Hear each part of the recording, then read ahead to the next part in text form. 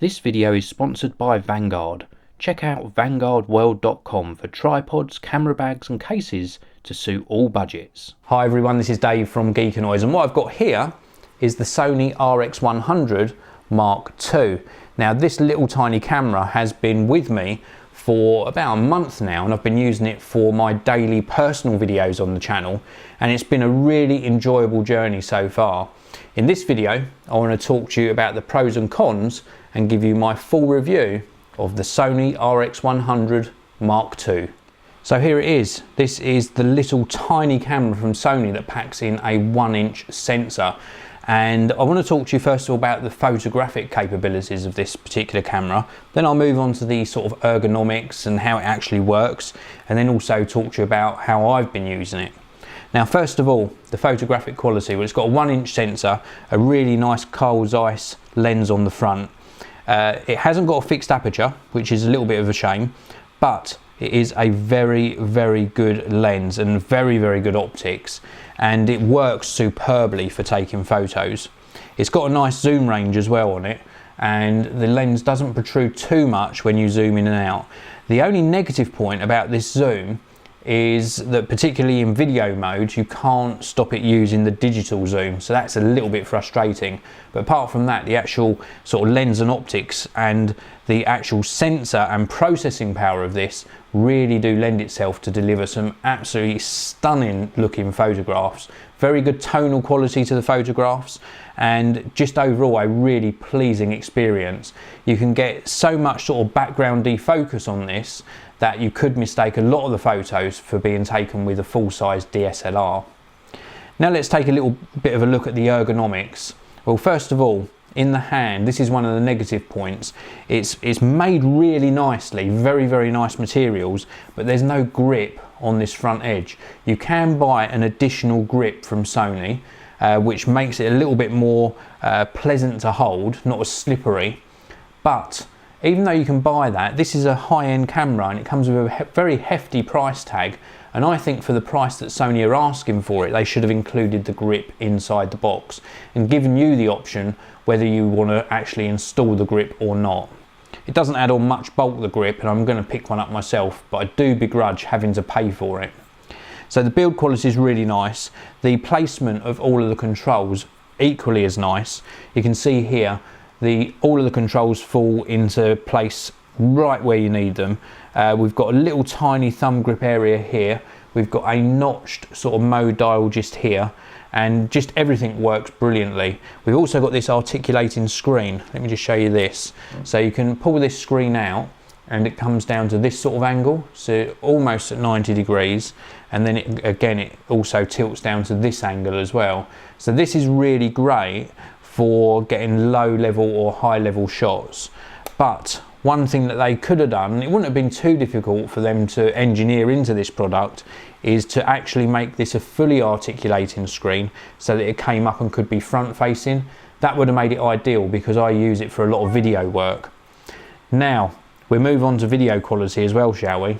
Well, you've been seeing the video quality from the RX100 Mark II on the Geekanoids channel every single day in my personal videos, and it is so crystal sharp and clear.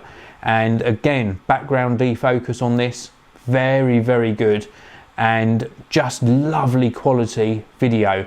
Really nice tonal quality to my face and my skin when I'm on video, and when I show you a product with it, pin sharp focus. Absolutely superb. Really, really impressive video quality from this, and it's down to a combination again of that large sensor and also the processing power of the RX100. Now, a couple of other things I want to talk to you about. First of all, the battery life.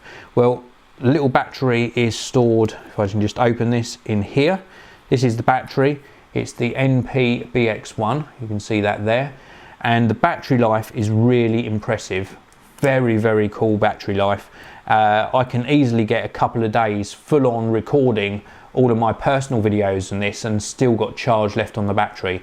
In fact, I think on 1 week I went a whole week without having to recharge it. Now there's no external battery charger, which is one of the negatives. You have to charge the battery in camera, or you can pick up a cheap sort of external battery charger from Amazon or eBay. The one that I picked up isn't that great. It gets the job done. It just doesn't really deliver the sort of Sony quality. So, and I don't want to spend the Sony pricing on the external charger. One of the other negatives, and it's not, well, it is partly down to the camera, but it's more down to Sony's development of the app that you can use to control this. Now, because this screen doesn't flip up to be front facing, I've got no way of monitoring what I'm recording when I'm using it for video. So what you need to do is either connect an external monitor via the HDMI. There's a couple of ports on the side here. There's a multi-out and also an HDMI out on the side. So you can connect an external monitor to this and mount it on this hot shoe on the top. The other way is to connect this to a smartphone app. The Play Memories app from Sony is not fantastic, especially for video work. As soon as you set up all the camera, and as soon as you connect via the Play Memories app, it just defaults to a really rubbish setting, and you lose all of the all of the custom white balance and all of the settings that you've set up in your video, and it just records rubbish quality video. Why they did that, why they don't give you full control over the camera, I just do not know, but that's a big disappointment, and it's easily fixed. All Sony need to do is put some development money into improving the app, and then when you're seeing something on the screen here, so let me show you an example. You can see there on the screen, everything's really nicely white balanced. All of my white desk and everything is pure white. Yeah? You get the idea? Well, as soon as I log on to this or connect my smartphone to this and push record on the smartphone app, I lose that white balance setting and it all goes sort of yellow and off colour. Not acceptable. So that's a little bit of a disappointment. Anyway, enough of the negatives. The Sony RX100 Mark II, this is definitely my favourite camera so far this year. The quality that it delivers is absolutely fantastic. Sony just need to improve the app a little bit, maybe give people a free grip, and it really would get 100% from me. It is an awesome compact camera. So that's it for this review. Thank you very much for watching. I hope it's been useful to some of you. If you've got any questions about the RX100 Mark II, please do leave them in the comments section, and I will see you all in the next video.